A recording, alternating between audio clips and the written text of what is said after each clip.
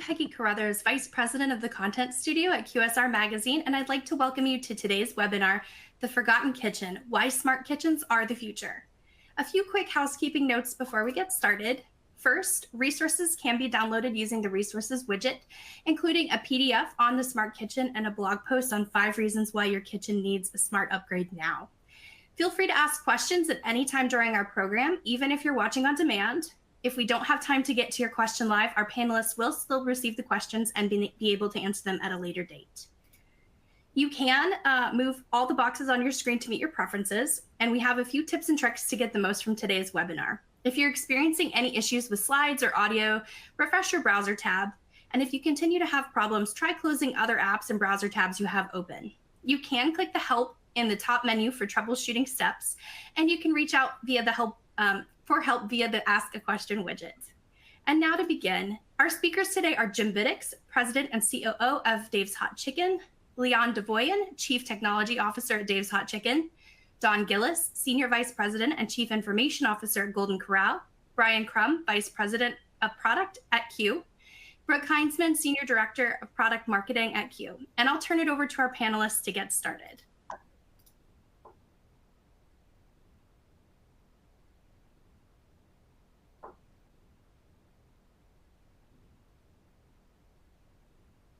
Take it away, Don. So sorry. Yes, so Dawn Gillis, a Senior Vice President and CIO of Golden Corral, and I think that, having a kitchen that is automated and is effective in your environment is a critical component of making sure that your business is profitable. And I think that there's a really legitimate business reason for doing so, and I'll just throw in a real quick business tidbit. For every percent that we save here at Golden Corral with more efficient food costs, we save around $215,000 annually. So that's just a quick business tip for you, especially when it's related to this particular topic of operating efficient kitchens. Are we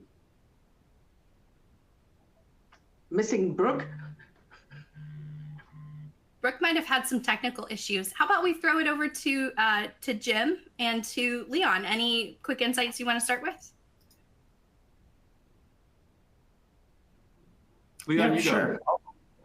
I'll get started. Hi, I'm Leon, Chief Technology Officer here at Dave's Hot Chicken. What I'm seeing is that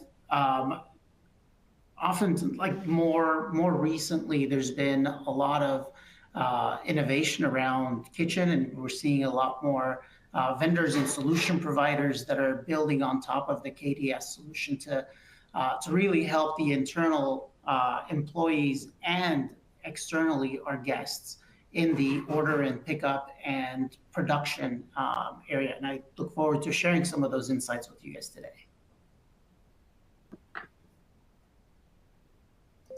I would just echo what Leon said. Obviously, everything is centered around technology. Everything in the restaurant today, actually everything in your life, in the world today, the foundation is technology, from day-to-day communications to anything else you can think of. And it's even more true in the restaurant nowadays. I started in the restaurant industry when I was 15 years old, and it's a completely changed environment. It's exactly the same, but totally different because it's all based around tech. So looking forward to sharing those thoughts and comments as we go forward. Donna. And I think, go ahead. I think it's Brian's turn, and I apologize for not showing the intro. So go ahead, Brian. Yeah, this is Brian Crum. I'm the VP of Product here at Q, and I just wanted to maybe build on what Dawn and Leon and Jim were saying. The importance of technology in the kitchen cannot be underscored. And I look across other industries, and I was, in fact, reading something from Gartner recently, and they said, the kitchen of the future or the restaurant of the future is going to seem more like a micro fulfillment center, right? And we look at all the efficiencies that have come from, manufacturing and fulfillment and other industries. And I think you're going to see that same wave of innovation, that same way of technologies coming together in the spaces that we touch day in and day out. And for us, that's restaurants. And so I'm encouraged by that wave of innovation that's going to come. And I think it's going to be a combination of everything in a journey, right? It's going to be a journey of greater data insights. It's going to be a journey of greater connected systems. It's going to be a journey of AI and robotics. I'm excited to have the three of you here because I know you guys are at the bleeding edge of that journey. Great. Thank you so much. And as Peggy mentioned, and Peggy, I was going to tell you, thank you so much for passing it over.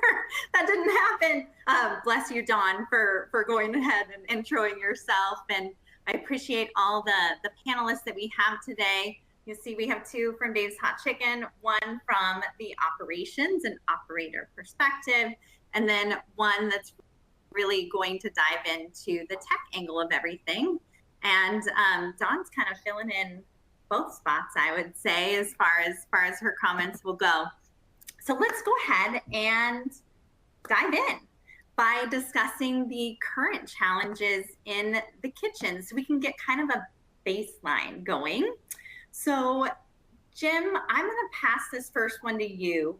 What do you think is the biggest challenge in your kitchen that affects the guest experience the most, and how do you address it today? I think the biggest challenge by far, and probably for most restaurants that are making orders for guests as they order them, is accuracy of orders. I know that we continue to run into a lot of comments from guests. For Dave's, we have 7 different spice levels, and so oftentimes the spice levels are mixed up, and that's something that definitely pops up. Or just even missing items in guests' combos, and so that's probably, since I joined Dave's 4.5 years ago, that's probably the #1 comment we used to receive, and it's still, although it's come down quite a bit, it's still right there at the very top of the orders that, or the issues that come up with guest orders. So how are we addressing it? We've made adjustments, obviously, with our POS system, switching to Q, which has been instrumental in at least setting a much stronger foundation compared to the provider we were with before. And then moving through a process of essentially like what FedEx does, where they scan every envelope or every package. It has a label and you know where it is at all times. We're doing something very similar with the way that we label our orders, and they go all the way down the line until they go out to the guest, and they're labeled as they go. So that's sort of our approach to trying to resolve or reduce at least the number of inaccurate orders we have.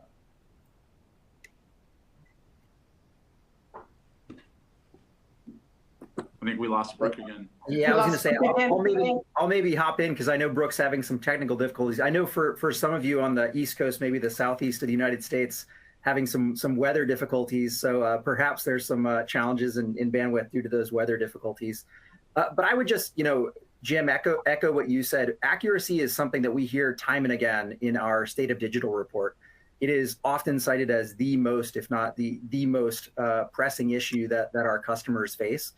And we attack it in a number of ways. We call it the take, make, and serve journey of an order, and that's what we really think about at Q. When you're taking orders, it's about validating those orders for accuracy before they even come into the system. When you're doing the actual production, it's about having systems that are highly configurable so that the production staff, right, the in-store staff, is able to see the modifiers, see what was standard and default versus those things that may have been additive, or Jim, in your case, making those spice levels really, really easy for the associates in store to manage and understand. And then as you serve it, right, it's making sure that everything gets in the bag, right? I think that's the common issue that we see with delivery is, it's less about sometimes the quality of the food than it is just getting everything into the bag, right?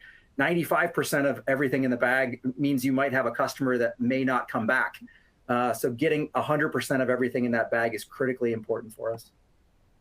Yeah, that's an excellent point, Brian, because we talk about accuracy, and that accuracy happens when you can provide the kitchen staff, the people who are actually doing the work to assemble the order, the information they need, where they need it, when they need it. It's not unlike the story of digitalization at all, right? It's making sure that staff member knows when the order came in, what's in the order, how it's to be prepared, and where it's to be delivered. And I think that's true for any model that we have out there of food or restaurant. So we're a buffet. It's the same thing for us. It's like, is the bin empty?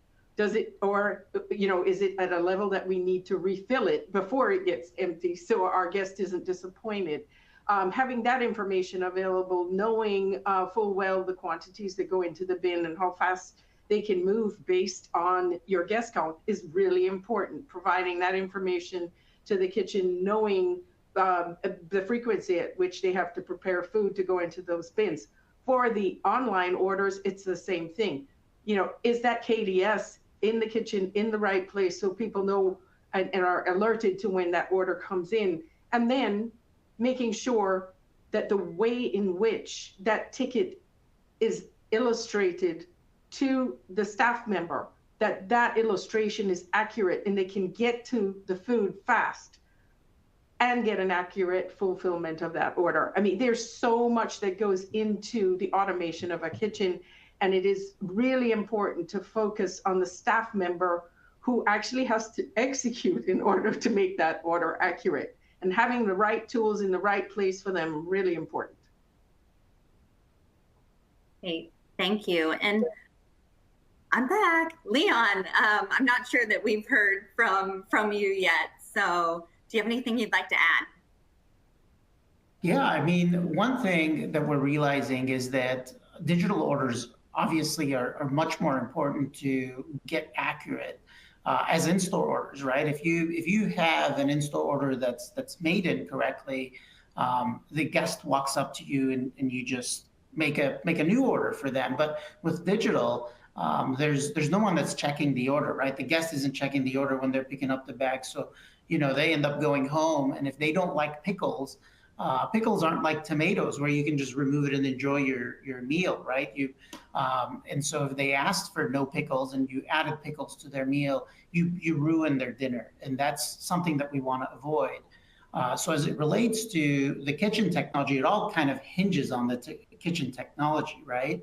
What we basically do is that anything that deviates from the standard order, have it be a modification to the item itself or an upgraded side, we basically do invert printing. So not only is the KDS just showing a different color on those modifications, but when they print out the chit that Jim was talking about, the FedEx version of the chit, the deviations from the default are highlighted in big black bold blocks with white lettering, so that because typically orders or things start going sideways from an accuracy perspective when you're inundated with orders, right? So whenever you're just processing orders real quick, the black bold print on the chit really jumps out at you and just captures your attention.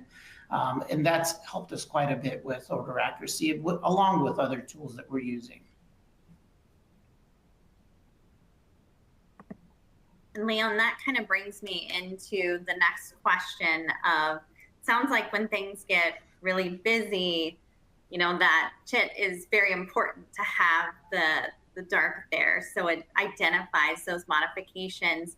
But how else do you manage to keep the kitchen running smoothly without compromising food quality, or, to your point, the guest experience, giving them pickles when they don't want it? Yeah, there's one tool that additionally that we use that sort of helps keep the kitchen on check. First and foremost, we don't focus on speed of service, right? We focus on the quality of the food and making sure that the food's accurate. Now that goes without saying that we have to produce food at some rate, right?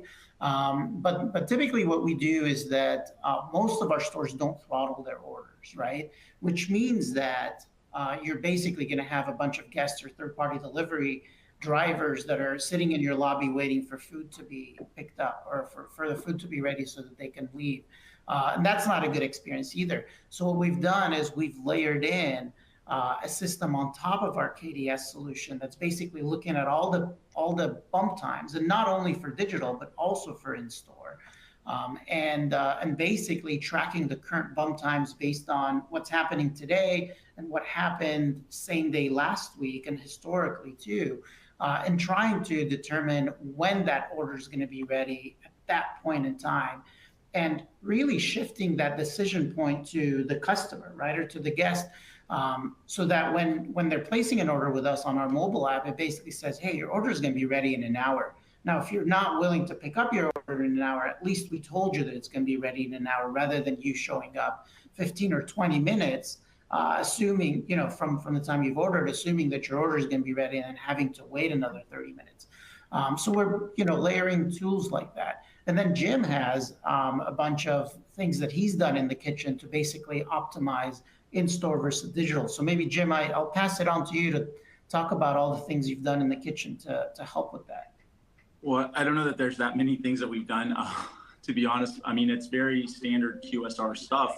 But the most important thing is just, I would say it's the stability of the system, which Leon and I both well know. Our previous provider struggled with the stability side of things. So that obviously makes a huge difference. If the system stays up at all times, you're in a much better position. And I think the other part of it is the integration side of things, with all the third-party deliveries coming in, and then other pieces of tech that can plug into your existing system without crashing and burning it, I think is another key piece of what's important to run the kitchen.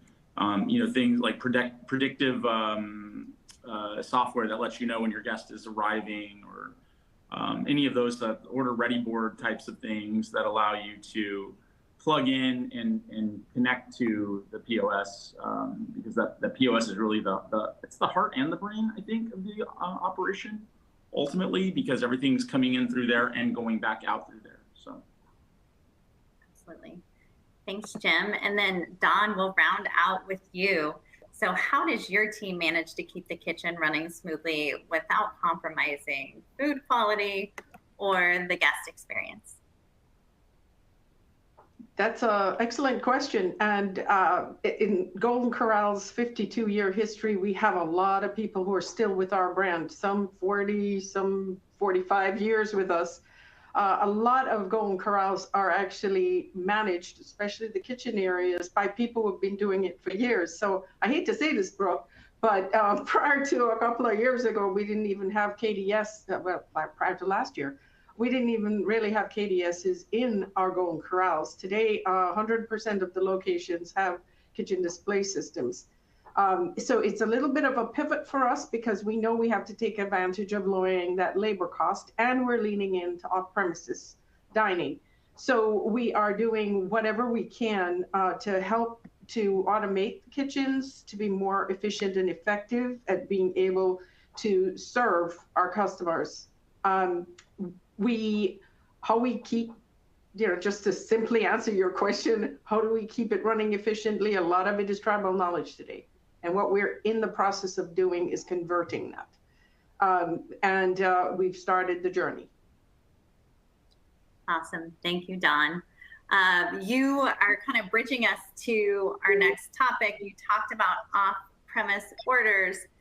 How do you ensure that orders from all of the different ordering channels, we have website, we have delivery service, we have in-store. How do you ensure they're correctly prioritized in the kitchen? Do you have a particular system to keep everything organized? And Don, I'll stay with you. Yeah, in terms of our kitchen, there is a dedicated staff to the off-premises side of the business. And that's because of the way in which our kitchens and our serve areas are laid out today. So literally, when you make a to-go order, in most locations, they're actually getting that food from the bars themselves, right? So, or small stores off to the side. So there is definitely a staff dedicated just to that off-premises work. We also have what we call weigh and pay, where the guests themselves go get a container, fill it with what they want, weigh it, and they pay per ounce and they leave. So in our case, we're able to support the off-premises business by simply leveraging the bar area, right? That's what we do. And it's a separate staff. Now, as we evolve, we're planning to make that a little bit different, and it's almost a store within a store for us. I think you're going to see more smaller footprints of Golden Corral, which would take us much more closely to a full-fledged fast casual dining experience, as opposed to the bridge that we have right now, which is more like fast casual and family dining at a bigger level, because we have full serve dining spaces. So that's pretty much the area we're in. The efficiencies that we're planning to have are going to be leaning into the technologies that can have us most effectively serve the off-premises customer. And in terms of integrating the channels that they're coming from, we've got Q Beyond, and Q Beyond is integrating those channels into the one KDS. So basically, the staff member that is processing fulfillment doesn't care where it necessarily came from. They just know what to prepare and what to do with the end product in terms of placement once that's done. So it's all consolidated for the in-restaurant staff. Great, thank you.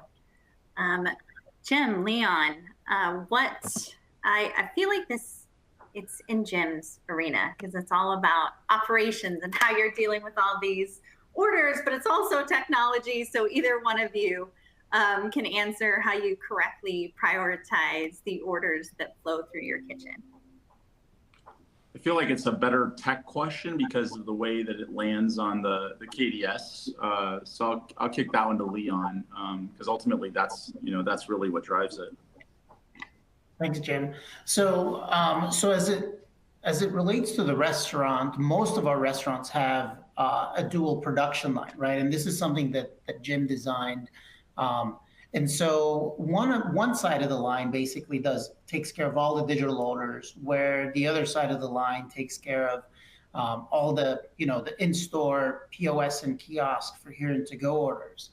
So that's proved to be efficient for us, right? And then similarly on the expo side, we have an expo screen that's for here and to-go orders, so that we know how to process those versus the digital orders. So that was sort of step one. From the beginning when Jim joined the team. And then as it relates to digital, we obviously have the split lines, so that helps quite a bit. And then as far as third-party orders are concerned, we make sure that any third party or any channel that we onboard is connected to our online ordering experience, so that there's no tablets or no manual processes that are being done in the kitchen, right? It just shows up on your KDS screen. You mark the order whenever you're ready to produce it. The chip prints out, and then you produce it. So the kitchen has to just worry about making what's on their screen and what's in front of them. So that's helped out quite a bit.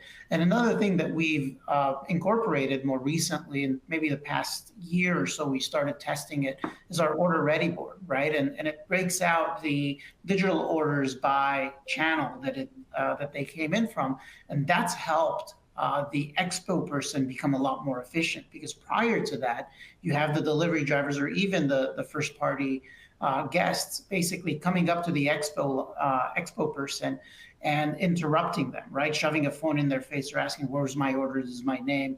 And so now with the order ready board, everything that you need from a digital standpoint is on that screen. So right after we implement that order screen or the ready screen, you see people just coming into the restaurant and going and standing in front of the screen and just waiting and just looking for their name and waiting to see if when their order goes into a ready state, and then they run up to the expo and purposefully interrupt the expo person to pick up their order. So we found that there's a lot of benefits in putting that order ready screen, and obviously some of the elements that we talked about in the just previously about highlighting the things that deviate from the default, and also oftentimes with delivery orders. the drinks are often missed, right? Because what you don't want is to send out a drink that's warm, right? So typically when we process the order, we put that hot order on a shelf until someone picks it up. But when the delivery driver comes in, unless we remember or the delivery drivers take an inventory of what they're supposed to take, oftentimes those are missed. And so we highlight some of those things also on the expo side separately from the production line. So whatever you see on each screen that's meant for that position is basically highlighted to, for that person only. So we don't translate things that are supposed to be highlighted for the production person on the expo line, because that's the production person's job to make sure that that's there and accurate. And then obviously the chit has some of those things that the production person is responsible for making sure that's accurate, so that the expo person is looking at that. And then additionally, the expo chit that basically brings the entire order together also has some of those highlights that the expo person misses, like side sauces and cutlery kits and drinks, like I said. So, this is a journey, right? And we continue to just learn more from the field about what they need and what they like. And we continue to incorporate those into our KDS solution. Yeah, and the thing I would build upon, I always like what you say about the journey there, Leon, because one of the things that we've found on the technology side and in talking with a lot of our customers, and this actually builds on some of the questions that I saw in chat, so please, folks, keep those coming, is this idea of, how do you prioritize orders, those ones that may have a drive-through versus their folks that are at the counter versus digital orders. And I would say it's a journey from manual decision-making, right? The human's got to make some decisions sometimes. The technology can help with configurations. It can help with providing a label like ASAP or providing the order channel at the KDS. So a human can make that intuitive judgment call on what they might want to prioritize one versus another.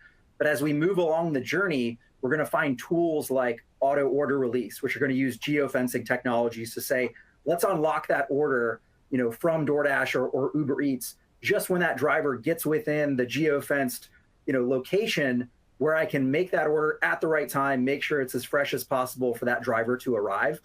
And then I think we're going to move all the way to the end of that journey, or we'll never end the journey, but all the way to where, AI systems are going to be helping you with what I'll call dynamic load balancing.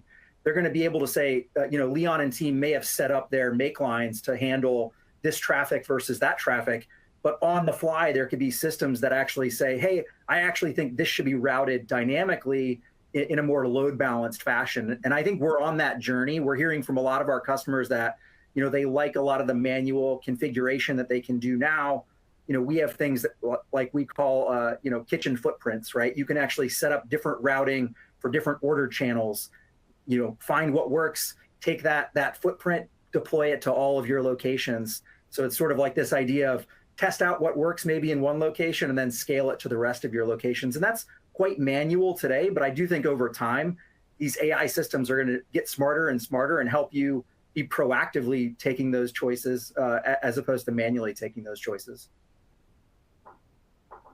Great, thank you, Brian. And staying in like the tech vein, but also I think everybody talk about order accuracy already today. According to our State of Digital survey, which you're getting a little sneak peek here, but it's the #1 challenge identified by enterprise QSR and fast casual brands, and it has been for several years. I don't think that's any surprise. What role does technology, I'm looking at Leon probably to start. So what role does technology play in improving order accuracy? And also, what systems have you found most effective in reducing that human error? Right. Yeah. I mean, listen, we're all human, right? So we all make mistakes, no matter how focused or distracted we are. We always make mistakes, especially when there's just a high volume of orders, right? When you have one order to process, it's very easy to get it correct, right? And it's very easy for the GM to hold you accountable for not getting that order done correctly. But when your board is just full of orders and you have you're 10 pages deep, and you hear the guests basically at the front counter yelling and asking for their order, and you haven't started processing their order. It's it makes things very high stress, right? So the point that I'm making is that obviously you have to take the kitchen digital, right? You no longer can just have a kitchen printer there that just spits out kitchen orders for you to process. So that's extremely important. And then and that doesn't stop there, right? You constantly have to talk to the folks that are working the kitchen line, right? Not just the GM, but the folks that are actually doing the work, to ask them what they need their tool to do. Oftentimes, it's a configuration setting that you set and you test, and if it works, you roll it out everywhere. And there's scenarios where the KDS solution that you have, or the idea that they come up with, has never been thought of before. And so you have to go back to your product person, i.e. Brian, and make a compelling case for him to put that on top of his roadmap list so that you get your features and functionalities. But it's all about digital, right? The human can only go so far, and you have to take the rest of it with digital. And Jim has a really good analogy that's kind of stuck with me, right? Like, the way you should look at your KDS system is the way that you look at a power drill, right? You can pick up a screwdriver and screw in a screw very easily. Is it going to be the most efficient way that you screw? Probably not. But if you grab a drill, you're still going to be able to screw the screw, except you're going to be able to do a lot more with the finite amount of time you have. And that's what KDS are supposed to do, and all the technology that you latch on top of KDS to make things more efficient for you. Awesome. Don, what about for you all? I know it's a little bit different, but like, what role does technology play in improving order accuracy, and have you found any effective solutions in reducing human error? So, I completely agree with everything Leo just said, by the way, and I don't know that I can add that much more, but I think I could summarize it really quickly. And I respect all of the folks that are on this webinar. You're all probably experienced in this area, but I think there are a few things I learned from my tenure at the smaller QSR brands. And that is, what Brian said, which is the order prep time priority is important, right? So if you go ahead and you're just trying to keep track of fulfilling the tickets as they're popping to you, it is likely you're prepping somebody's food and having it sit and get cold because the person isn't close by. And it's not priority because the guy who ordered, another person who ordered the food around the same time is coming through the door, and they're going to have to wait for theirs. So I think from a technology perspective, the advances that we're going to see coming forward with the geolocation components can really serve well here. Flyby tried it as an independent. I think if we're able to integrate it in a solution where it's seamless, that would be perfect. But it also requires our customers to want to give up their location to a restaurant. So appreciate that, but it can definitely enhance the guest experience related to knowing that they're getting a quality product at the right heat. The second part is when that ticket comes out, that person who's doing the fulfillment, okay, it's one thing to create your menu and have all your modifiers as part of it. But honestly, I love the kitchen manager who looks at me and says, well, that's great, it looks good on the menu, but when I have to prepare it back here, I don't have that information where I need it on that ticket to make it effective to make that dish or to prepare that order. And so a product like QBeyond, I mean, this is not an ad, but it's true. When you can identify within a particular menu item how it looks to the kitchen versus how it looks to your customer versus how it looks to you in reporting, is really an important component of your point of sale device or your kitchen management product. So just keep that in mind. I think prep ticket accuracy is key. It's the key to getting the right sauce on your Dave's Hot Chicken. It's the key to getting and not getting those pickles in that sandwich at all, right? So I think the prep ticket accuracy is very important for customer satisfaction. The kitchen flow thing Brian mentioned, absolutely. If you've got a lot of menu items that you're serving, you've got to have a kitchen flow set up to be able to do high volume. You can't have your hot and your cold over each other. It's just not going to work. So having a KDS system that can split the components of an order so you can fulfill the cold and then the hot, so your kitchen flow keeps going, that's also very important. So it's not about one KDS. Honestly, if you do a high volume, you got to split it up if you're going to examine your kitchen floor and make it work for you. And then it also reduces the walking back and forth. So you've reduced your labor. And then the actual food prep. Don't forget that when you're prepping, you have to go somewhere to get the food.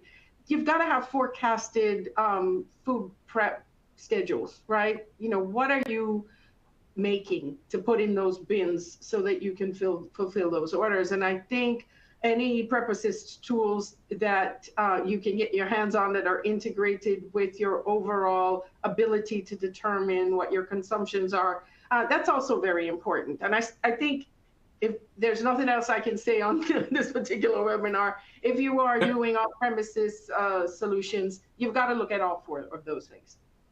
Can I just add in too, I think it was mentioned a few minutes ago, the idea of the what's coming next in terms of tech. There's always something new around the corner, and the ability for your POS foundation to adapt to whatever that might be, whatever plug-in or bolt-on thing that might show up tomorrow or next month or next year. We've got a couple of robotic French fry arms that are dropping French fries for us. And that's all being done manually right now, like where an employee says, drop a basket of fries and they press a button. But in theory, there's a point in the future where it's integrated into the POS and it knows how many French fries have just been ordered. And then there's like some type of a delay and then it drops the fries or whatever. And that would be an example of what I mean by the foundation has to be flexible and adaptable and integratable with whatever comes tomorrow. And whether that's a new third-party delivery player, or whether that's automation like a French fry arm or kiosks, or, I don't even know, drones, kitchen drones that help you make your food by dropping chicken from the sky. Like any of those things have to be able to plug in and connect to your foundational piece. And that's one of the most, I think, the bestest, or the best features of Q is that ability to plug something else into it and for it to still work. And again, I'm the ops or that guy that doesn't know I still just reboot if something doesn't work, just reboot it. I don't know the other pieces, but Leon tells me all the time that Q is like this super stable, great system that in a high growth brand like Dave's, we've been able to start pulling resources off of the launch of a new restaurant where we used to have to send somebody for 4 or 5 days to make sure the system was stable. We're not doing that anymore. We're supporting remotely. And so that stability plus adaptability together, that's sort of the holy grail of anything tech, I think. Yeah, I'm blushing as I hear you guys wax poetic on Q, so I appreciate it. One of the things that we certainly do. Don said it wasn't an ad a minute ago, and I just wanted to say that's not an ad. Oh, you have your Yeti as well. Look at that. You have to come to our booth to maybe get a Yeti, folks. One of the things that we pride ourselves on is exactly that, our ecosystem of third-party integrations, and the fact that we have, Brooke can keep me honest, I believe more than 100 certified integrations within our ecosystem. And some of those in areas that we are competitive with. And we understand that for this reason or that, a brand may have a really great relationship with another provider, and we want to integrate with that provider. And some of the things that I'll touch upon, these came up in some of the questions, and Jim hit on it, is that journey of, we won't tomorrow all have, Optimus robots running our restaurants, but we will have things that are manual today. You press a timer today, why can't that just be an event that comes into the queue system? You're using robotic fryers, you're using perhaps grill stations that have different events that they can send to our system. Why can't those all be triggers and events that help feed data into the system to make it more accurate and to make it more responsive? That's the way that we've built we've architected and built our platform. And so we're really excited about that. And I think someone had asked the question, like, how easy is it to integrate smart kitchen applications or robotics? I think the answer is more modern companies, microservices-based architecture companies, are finding that they can integrate quite easily. And people are able to, again, experiment, find what works, and then quickly scale that to the rest of their organizations. And again, it's a journey. Like I said, today we want to reduce the number of button presses that an in-store associate might have to take. This tap should integrate into our system so that they don't have to do it multiple times. Over time, yes, that will get more automated and more responsive, but it'll be a journey for sure. Thank you all. And I am still sitting here thinking about chicken flying down from a drone. So thank you, Jim. I feel like Jim should start doing products. Oh, that was great. I appreciate all the insights. Super interesting. Okay, so we talked about order accuracy. That was number one. We talked a tiny bit about speed of service. I believe the gentleman from Dave said, that's not their number one thing that they're looking at, but it is all about striking the balance. You have to get the order right while still delivering the food quickly, because all of us guests require, or we demand, to have our food as quick as possible. Dawn, starting with you, what operational adjustments have you made in the kitchen? And I know kitchen's a little bit newer, to streamline processes as well as improve the speed of service, but without sacrificing the food quality that we love from Golden Yeah, Corral. I think we're at a little bit more of an advantage on our side because we are always prepping food. So, and everything on our menu is basically served inside our restaurant. So we're already making the food to fill the bins in. And I truly, it's an unfair advantage because our kitchens are prepped to do catering level style preparations. And I think we're, I can say confidently that we are able to judge how fast the food is going just because we eyeball it and we know it's there, right? We're already serving in the restaurants. I think that, as we evolve and we start focusing more on maybe some curated products that are only, or menu items that are only available online, we are going to have to streamline a lot within our restaurants and become more of a QSR than not.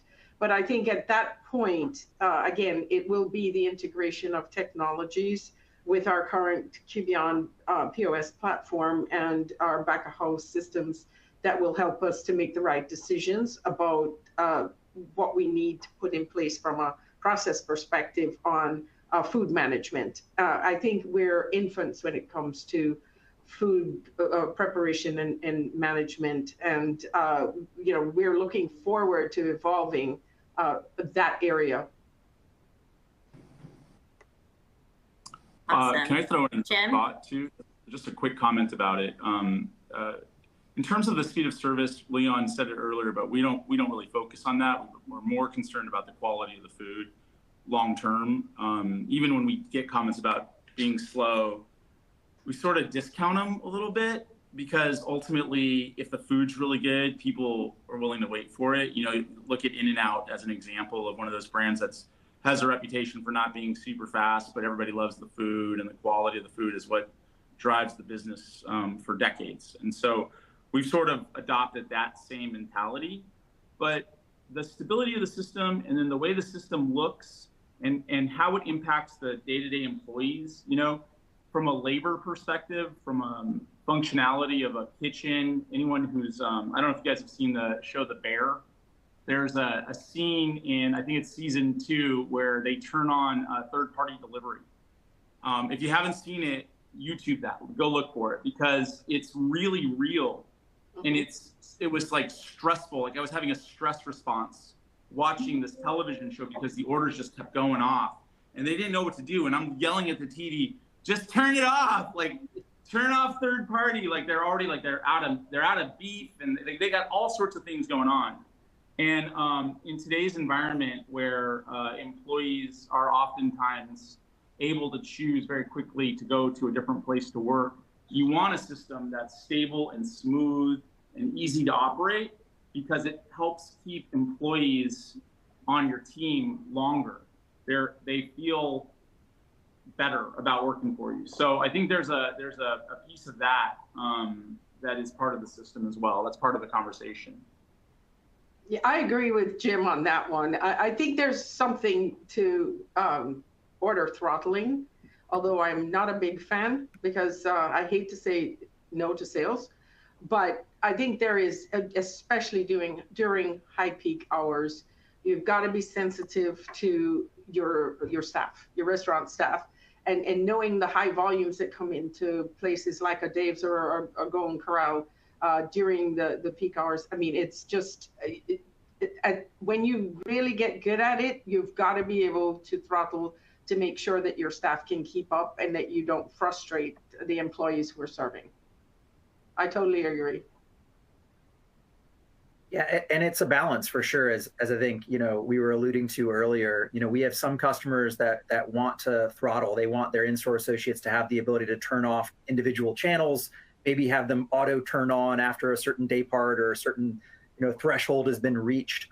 Others that would say they just want to look at dynamic, AI-based for us promise ready times as a mechanism to throttle, right? They would say, let the customer choose whether they want to order if you can give them an accurate, right? It shouldn't just be a cudgel and you say it's 45 minutes to an hour. You should actually know, in our case, the volume of orders that are coming in store, through the drive-thru, from the kiosk, from digital order channels, and be able to give you a really dynamic, and in our case, we believe really accurate promise ready time to let customers make that choice.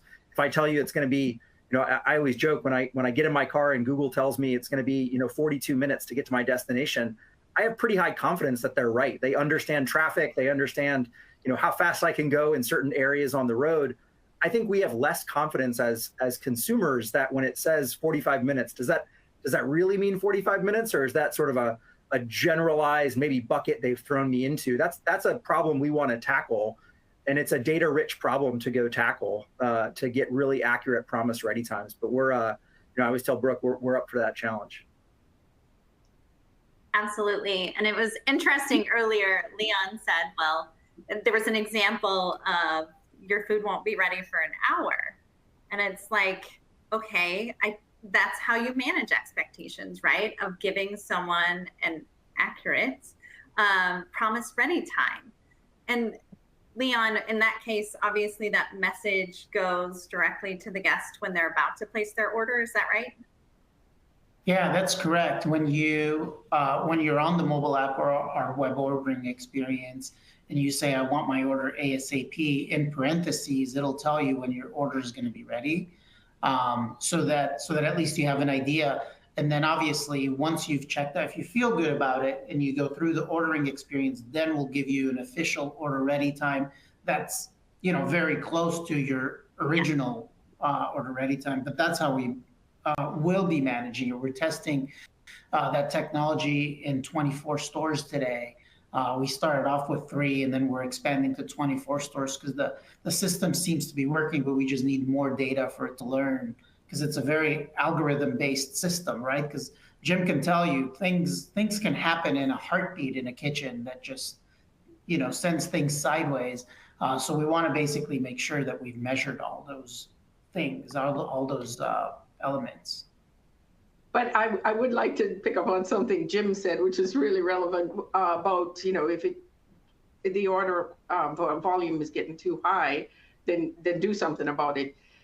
One of the opportunities that I faced in our previous brand, we made the decision to go with direct integration from the marketplaces into Q. And one of the benefits that we did find was that on high peak times, we could select the third party marketplace that did the best for us, was the best deal for us, and we shut off all the others. So we didn't shut off online ordering altogether, but we were highly selective about what was left open so that we could continue to serve the guests that were most frequent from that channel. And that is another option that you have instead of going to a single aggregator, allowing you to pick and choose who you do business with during high peak hours. Awesome. Thanks, Dawn, for adding that in. I'm going to stay with you, Dawn. I'm not sure that we've gotten to the heart of this one yet for you and Golden Corral. So what have you implemented any technology or strategy to give those guests that do order online an accurate pickup estimate? Yeah, so we haven't done that. We have.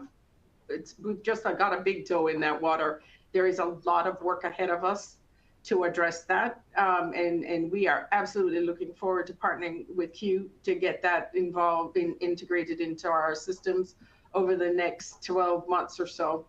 We are working towards that. We're not here yet on that, just starting that journey. Great. Jim, Leon, anything to add? Nothing from my end.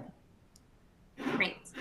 Okay, now to the fun part. It's been exciting and fun going through the opportunities with today's kitchen. And we've talked a little bit about tomorrow, but let's completely shift gears and look ahead and discuss what's on this horizon. So my first question that I'd love everyone to answer is kind of a crystal ball question. If you could magically wish for one, and I'm gonna be a stickler. We could do 1, 2, 3, but let's select one transformative change in your kitchen operations. What would it be?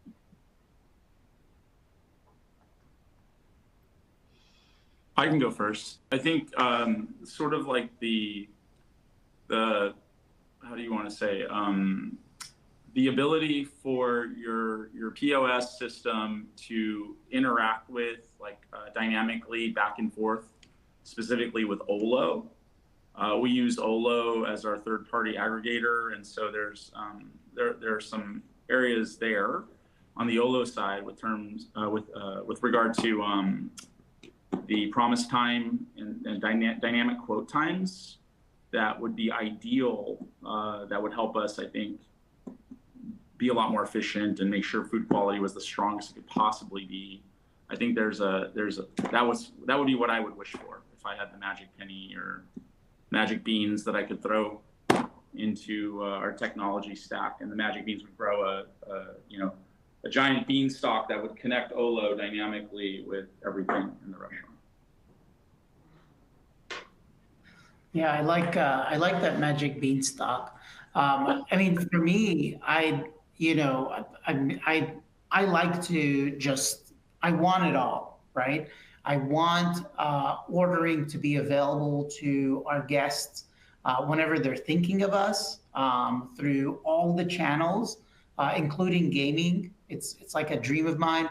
I want that order to flow into the POS and KDS and have the kitchen make the food in the most efficient and accurate way, meaning that you probably have some algorithm-based or AI-based system that's expecting that order or predicting what you're going to need to make or what you're going to need to have ready in the next, let's call it 15-minute window, and be dead accurate on it, right? Because what we make everything fresh, right? We don't start producing the menu item until the order comes in, right? That's what makes Dave's good. But if I had a way, like a magic 8-ball, to tell me what I'm gonna need in the next 5 minutes or so, then that makes things even better. Even if it tells me the number of tenders I'm gonna need for the next 5-minute window, that would be perfect. And I know there's systems out there that promise that they can do it, but it's not, it's either not mature enough or it's just way too expensive for what it does, right? And then as the food's being produced, I want a very simple piece of technology that reads the kitchen chit that's in the clamshell and very easily tells me if I've made it accurately or not, right? Once it reaches the end of the production line, so that I know that the order that I'm making is accurate. And I also want to track the journey of the guest or the third-party delivery driver as they're driving over to the store and be able to prioritize and deprioritize their order based on where they are. My goal is, right, my dream is that as soon as they come into the parking lot, their food is landing on the expo shelf for them to pick up, so that we're literally having the order ready less than a minute before they arrive at the expo counter. So there's a lot there, right? Lots of pieces of technology there that some of them currently exist today. And we've tested all those, including Vision AI for order accuracy. But the way that we produce orders is a little bit different than, let's call it a Chipotle or a Taco Bell, where it's a scoop and serve type of production line. So for us, that the Vision AI technology, although it worked in the lab and it worked in the morning when there was very few orders coming through, as soon as the volume of orders went up, it just, the system kind of lost track of what we were doing. And so, those tools end up being a burden on the kitchen instead of being a tool, right? A power tool for the kitchen. So we've shelved those until the maturity kind of catches up with what we're doing. But that's basically my big vision. And if people can order without touching their phone, that's bonus points. I love Don, it. let's hear about your wish. I'm going to work wherever Leon works from here on out. I mean, that is pretty good, Leon. I'm all about the Vision AI piece. I think that is the most transformative change that we can see within the buffet business. Obviously, we've got, yards, feet of food areas, food bin areas that people come to. Our biggest challenge is monitoring the levels of those pans, right? They've got to be maintained. Nobody wants the last piece of anything in a bin. So we've got to have something monitoring that so we can do a better job of making those bins look attractive for dining purposes, as well as the cleanliness of the counter. Boy, wouldn't it be nice if it was alerting you, hey, yes, absolutely. The bin level is low. The area around the bins needs cleaning in this particular place or space. And we need to drop that whole manual temperature checking for line checks. I mean, the bin should tell us when the temperature is not within threshold. I mean, those are game-changing things, and they don't seem so difficult, but we haven't been able to get the technologies in place yet for them to be reliable. And I think those are the things that I think would be transformative for the buffet business, in-store dining, and then everything Leon said about, prepping for off-premises. Yeah, I love all these points. I love the crystal ball and the beanstalks. The one thing I'll maybe add on to all this is I look at our customers across different, different customers, I will say, that we have. And I always say, the future is already here. It's just not evenly distributed, right? And that's not my saying. That's smarter people than I have said that. And I see it with computer vision in the drive-thru. I see some looking at, above a make line to look at order accuracy.